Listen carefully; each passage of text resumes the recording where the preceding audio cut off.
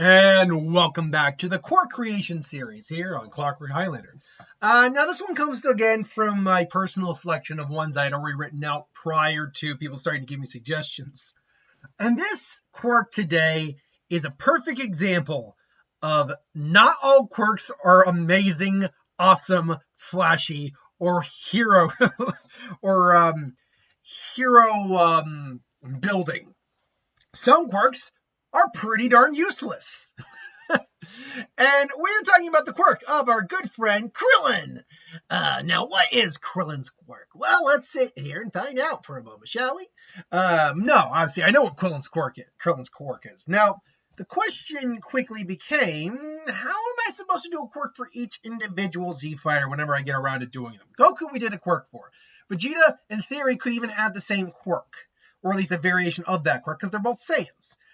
But this, unless it's hereditary, as we see with like the Ida family, the jet booster quirk, can't remember the exact name of it, the engines in their calves, that is genetic. Quirks can be passed on. You can even inherit the same quirk.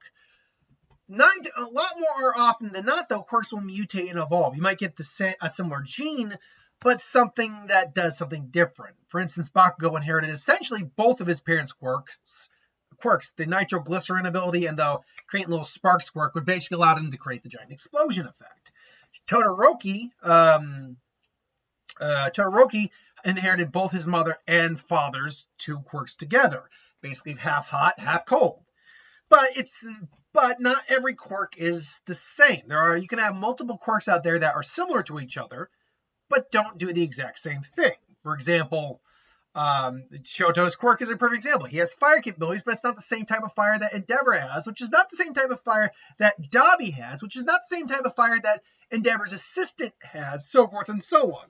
So when talking about the Z-Fighters, I couldn't just all give them a key-based quirk or flying quirk or whatever, because they're all different and unique, and none of them are related. And none of that is unique to one single person. So I had to look deeper and deeper, and I had to dig deep into the realm of Krillin. And then it came to me in one fell swoop. The ultimate quirk for the ultimate man has been staring us right on the face the whole time, right in the face. Particularly right in his face.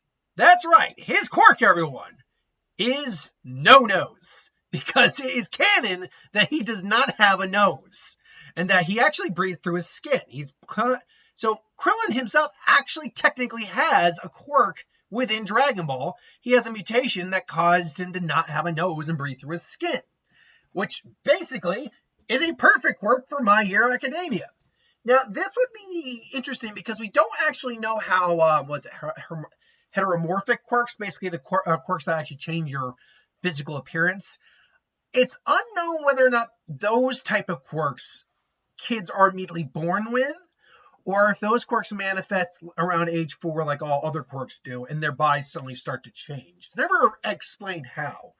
We do know that some quirks do just show up at birth. There was the glowing baby quirk from the first person to have a quirk.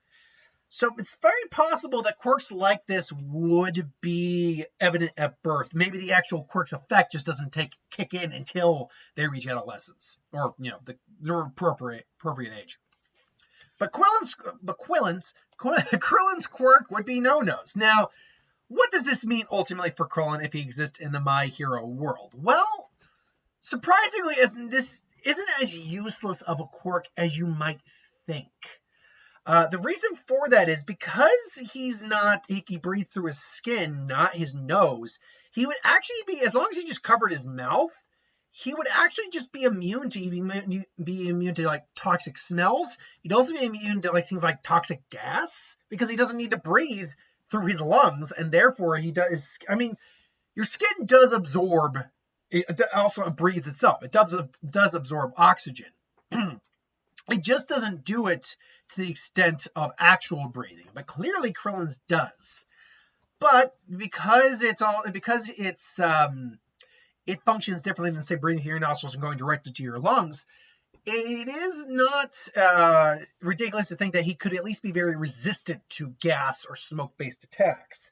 So, for instance, in their training mission, when they went to the mountains to train and those villains attacked, the one with the gas quirk was attacking, Krillin could easily come in and beat the hell out of that person. This quirk would have a weakness, though, is that it does not do well with swimming. Or you can actually make the argument it could do well with swimming. You either have him holding his breath and his skin still breathing, or his skin, in theory, could actually absorb oxygen even in the water, more so than someone else, and maybe it would allow him to hold his breath for much longer. I think that's probably the more likely candidate, is that he can't truly breathe underwater, but because he can absorb oxygen quickly through his skin, he can take in more oxygen from the water without actually having the water enter his lungs. And so while he can't stay underwater indefinitely, whereas the average person, I think, it's like between 3 and 5 minutes, especially if you're like getting a really good like workout in. And then people who like train to do it can do it for like up to 10 minutes or something like that. Krillin could probably, if we're talking about him being stuck in combat and swimming or just swimming in general, could easily stay under for like the more like trained amounts, like 10 minutes, 15 minutes. But eventually he would still have to come up for air.